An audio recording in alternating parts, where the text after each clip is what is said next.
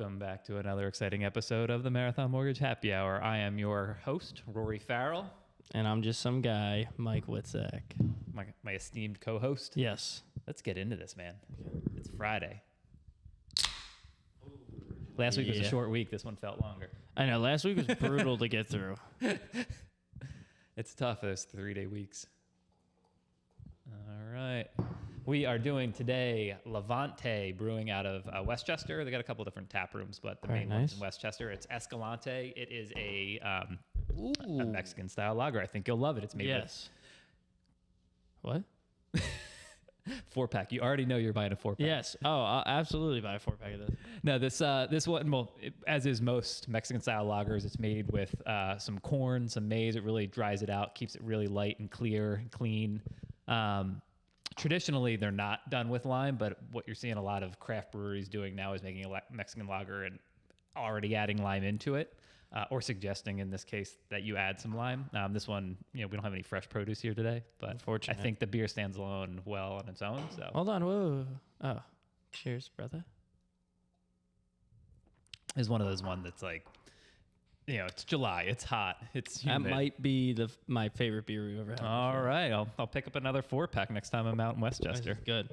Yeah, I was actually just out in Westchester last weekend, going to the llama farm, the alpaca farm. Oh, which was on my stories, and we went to Wrong Crowd Brewing, and I picked up a 4-pack there, or 2 4-packs there. So we'll do that maybe next week. But how are the alpacas?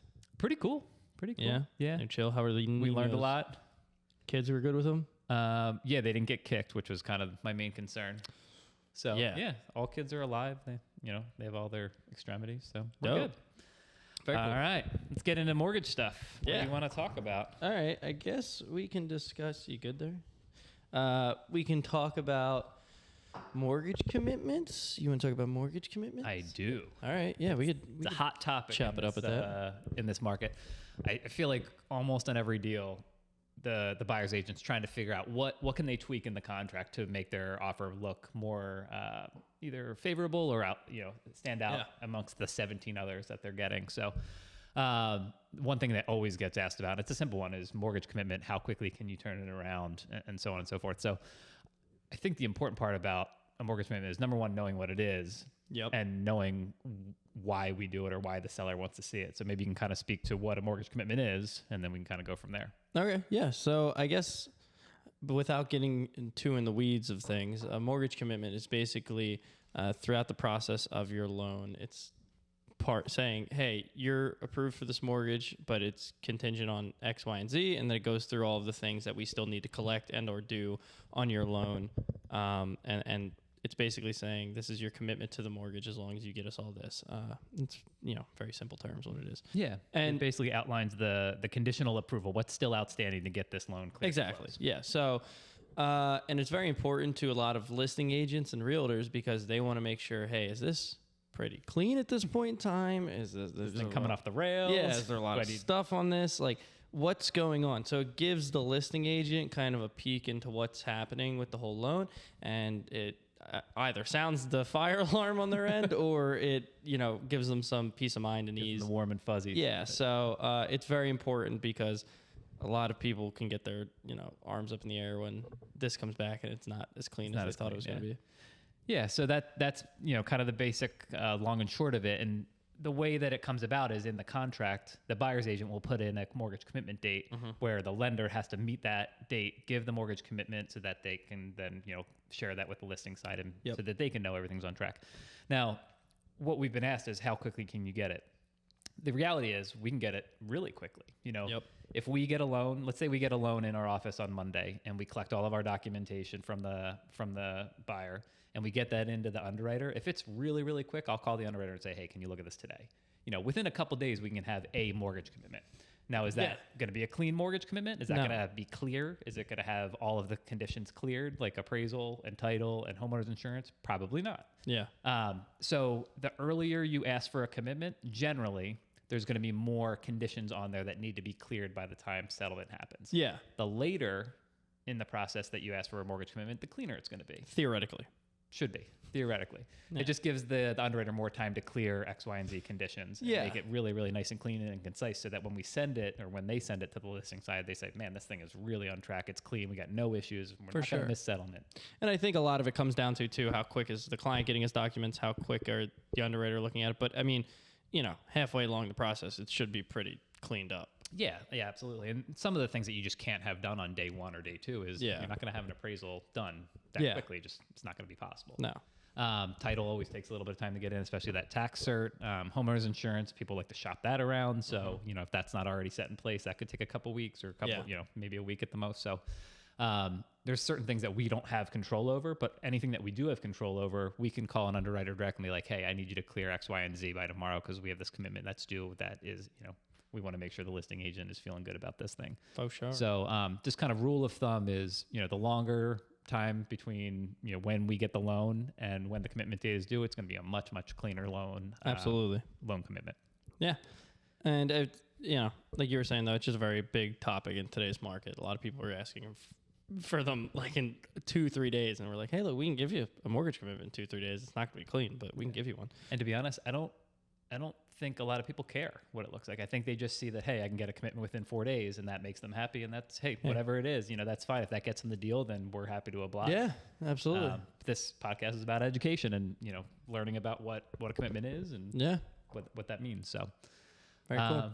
So yeah, there you go. Mortgage commitment Awesome. 101. Yeah, that's 101. We can get into 201 next week, you know. Okay. All right. Wins for the week? Are we going into the wins or? Yeah, we can just get right into it. All right. My win for the week would be going to the alpaca farm, but I wasn't invited, so. Sorry, dude. A tough Family scene. only. Ridiculous. This is going to make a joke. Never mind. So I guess my win for the week would be getting the DSCR, the loan that I'm working on right now. It had gone to...